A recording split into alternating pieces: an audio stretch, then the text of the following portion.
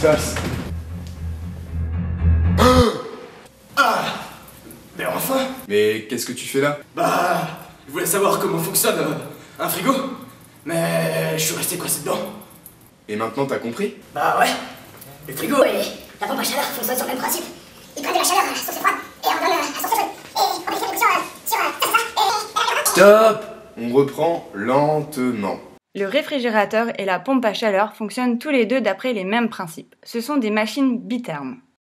Ce sont des machines disposant d'une source chaude et d'une source froide et permettant un échange de chaleur entre ces deux sources. En effet, ton frigo reste froid car il contient un dispositif permettant de prendre la chaleur à la source froide, l'intérieur du frigo, et de la donner à la source chaude, l'extérieur du frigo.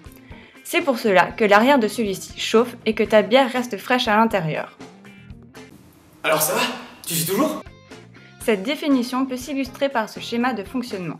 On y voit que pour refroidir une enceinte, il faut fournir du travail. Allez, t'inquiète, c'est bientôt la fin.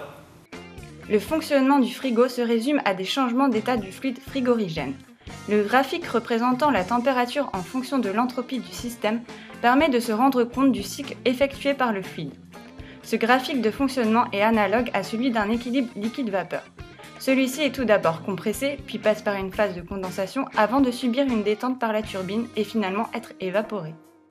Bon allez, maintenant on passe à quelque chose de plus compliqué, l'efficacité. On peut définir l'efficacité E comme étant le rapport entre l'énergie obtenue et l'énergie fournie au système.